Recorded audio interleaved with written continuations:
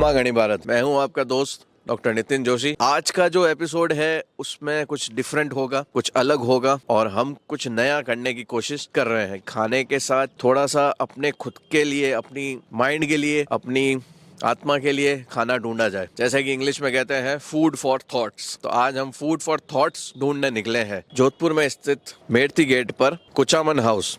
Kuchaman house में एक है फ्लावर्स की वैली ऑफ फ्लावर्स कह लीजिए, जिसका नाम है गोकुल। ठीक है, और गोकुल की खास बात यह है कि यहाँ पे आपको 7 से 8 हज़ार पौधे मिलेंगे। अब आप सोचेंगे भाई खाने की जगह पौधों का क्या काम। तो जैसे कि मैंने कहा आज अलग है, हम आए हैं फूड फॉर थॉट्स के लिए। तो आइए आपको दिखाते हैं कि गोकुल इतना खास क्यों है और आज हम यहाँ पे क्यों आए हैं।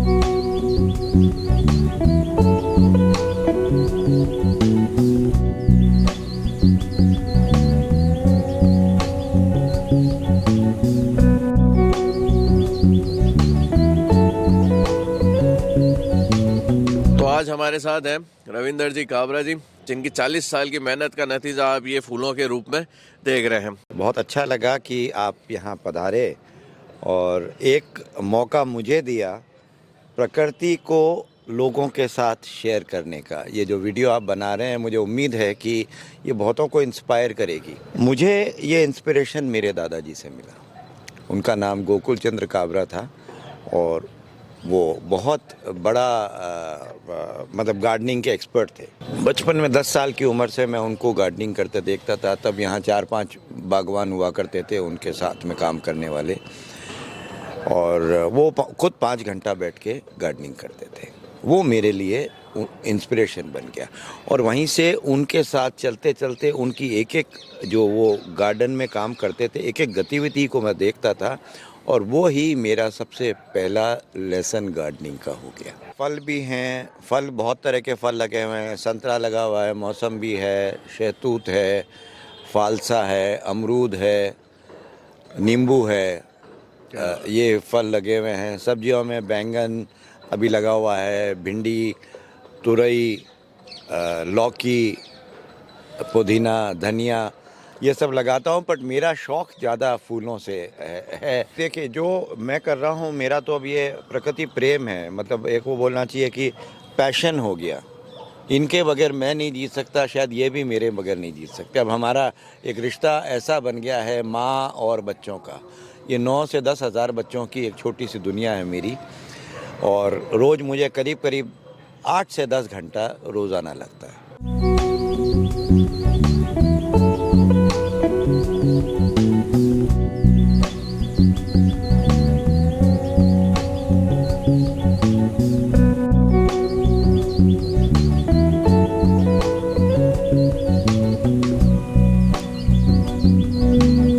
छोटे तौर पे घर के अंदर सब्जियां हम उगा लें, ऐसा कुछ करना चाहें तो उसके लिए क्या टिप्स हैं? इसके लिए देखिए, सबसे पहले तो मैं एक मिश्रण बनाता हूँ, एक जनरल मिश्रण बताता हूँ, जिसमें आपको अगर सब्जियां लगानी हैं तो 75% आप उसमें मिट्टी लें, जो अपनी एक बगीचे की जो मिट्टी आती है, काली मिट्टी, और 25% उसमें खाद मिला लें।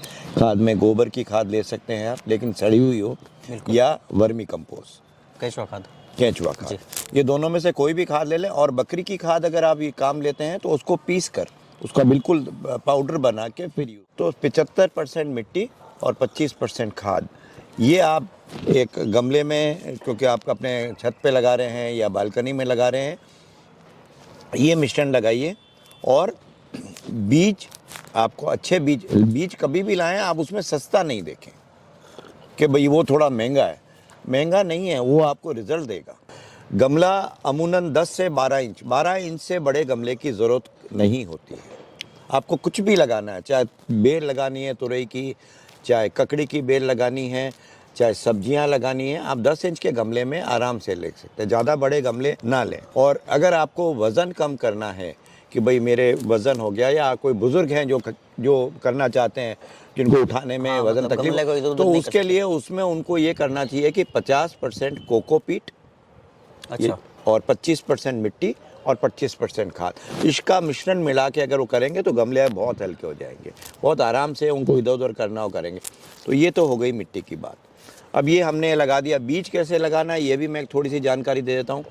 आपने ये मिश्रण बना लिया, उसके बाद में हाथ में बीज लिए और आपने गमले के अंदर में ऊपर ऐसे छिड़क दिया और थोड़ा जो मिश्रण बनाया उसको हाथ में लेके उस पर बुरका दें ताकि बीज पूरे ढक जाएं। उसके बाद अपने दोनों हथेलियों से उनको दबा दें और झारे से पानी दें, या अपना हाथ रख लें, झारा नहीं है तो हाथ रख लें ताकि बीज बाहर नहीं आए। हाँ, मतलब वो खड्डे नहीं पड़े। नहीं तो बीज बाहर आ जाते हैं। हम जोर से पानी डालते हैं तो बीज 10 से अच्छा बीज है तो 7 से 10 दिन में अंकुरित हो जाएगा। 15-20 दिन तक आप नियम से उसमें पानी देते रहें, हल्का पानी देते रहें, नमी बनी रहनी चाहिए। एक चीज़ और मैं कहना चाहूँगा मोहिनी जी कि प्रकृति एक ऐसी चीज़ है जो जीवन में खुशियाँ भर देती है, जो संबंधों को गाढ़ा कर देती है, बिल्कुल, जो हमको मुस्कुराहट देती है बगैर किसी कुछ, हम अब बगैर अपेक्षा के थोड़ी सी अगर सेवा समय दे दें बिल्कुल, तो प्रकृति इतनी मुस्कुराहट देती है जीवन के अंदर, संबंधों को इतना गाढ़ा कर देती है। और जब आप सब्जियां लगा रहे हैं, अगर आपने 4-6 फूल भी लगा लिए, जब पहला फूल आपके बगिया में खिलता है और उसके बाद आपको मैं ये विश्वास दिलाता हूँ कि आप अगले दिन से सुबह ऑफिस जाने से पहले, काम पे जाने से पहले उस गमले को देखेंगे, उस फूल को देखेंगे, कली कितनी बड़ी हुई और फिर आपका और ये शुरुआत आपसे होगी, फिर धीरे धीरे आपके घर वाले सभी देखने लगेंगे। बिल्कुल बिल्कुल। मुझे याद है मैं यहीं से गुलाब का पौधा लेके गया था, जब मेरे उस पे पहला फूल जब इतना बड़ा साइज का आया था तो मैंने उसको अपने सोशल मीडिया पे शेयर किया था। अरे वाह, क्या बात है। तो देखिए आज वो ये मुस्कुराहट बता रही है कि एक फूल ने आपके जीवन में कितनी मुस्कुराहट भरी। आजकल हम सुनते हैं काफ़ी हमारे आसपास में किसी यंग हेल्दी इंसान की डेथ हो गई, सेलिब्रिटीज़ की अनटाइमली डेथ के बारे में सुनते हैं, रिसेंटली भी कुछ सेलिब्रिटीज़ की डेथ के बारे में हमने सुना है। तो अब मैं रविंद्र जी से ये जानना चाहूँगा कि सर ये जो है गार्डनिंग है, कह लीजिए फूल लगाना है या जो फूलों का माहौल है, वो हमें इस चीज़ में हेल्प कर सकता है, हमारे दिमाग तक कुछ अच्छा खाना या पोषण पहुंचा सकता है, तो कैसे और क्या कर सकता है? डॉक्टर साहब बहुत अच्छा सवाल है। मैं खुद ऐसी परिस्थिति से आज से 33 साल पहले निकल चुका हूँ और डीप डिप्रेशन में चला गया था मैं।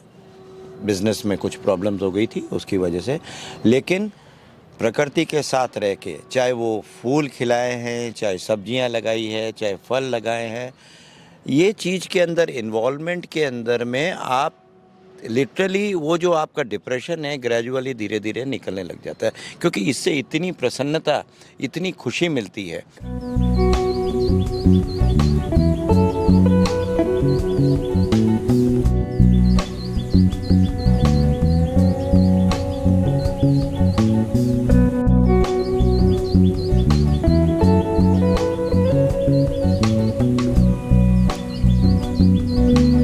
हम हर बार फूड की बात करते हैं, किसी ना किसी जायके, किसी ना किसी स्वाद की बात करते हैं और कहीं ना कहीं कुछ खाते हुए, ठूंसते हुए, मजे लेते हुए मिलते हैं। पर आज हमने आपको ऐसे व्यक्ति से मिला है जो अपने साथ 8000 पौधों को रखते हुए, उनकी देखभाल करते हुए, उनके साथ पंचायती करता है। तो काबरा जी के साथ मिलकर आपको अच्छा लगा होगा। और काबरा जी, आपने हमें जो सुबह सुबह चाय पिलाई है उसके लिए आपका आभार, बहुत बहुत धन्यवाद। ये मेरा सौभाग्य है कि डॉक्टर साहब और आप यहाँ पधारे, और आप तो खुद एक प्रेरणा के इतने बड़े रूप हैं। आपने इतने लोगों को, जिनको कोई जानता नहीं था, उनको, चाहे ये फूड फॉर थॉट में जो आपका नया चैनल आपने शुरू किया है, और मैं आपको, मेरी शुभकामनाएं हैं, ईश्वर करे इस फूड फॉर थॉट के चैनल को हज़ारों लोग सब्सक्राइब करें ताकि वो आप उनके लिए प्रेरणा बन सकें। तो फूड पंचायती के सक्सेस के लिए हमें आशीर्वाद मिल चुका है। और यदि आप भी पहली बार हमारे चैनल पर आए हैं किसी भी माध्यम से, चाहे काबरा जी के शेयर करने के माध्यम से हमारा वीडियो देख रहे हैं, तो फूड पंचायती को शेयर कीजिए, सब्सक्राइब कीजिए। और हम आपके लिए ऐसे ही एक कॉमन और अनकॉमन और जोधपुर के जो या जैसे भी जो अजीबोगरीब स्वाद है वो आपके लिए लेकर आते रहेंगे। तो बने रहिए हमारे साथ फूड पंचायती पर और करते रहिए फूड पंचायती।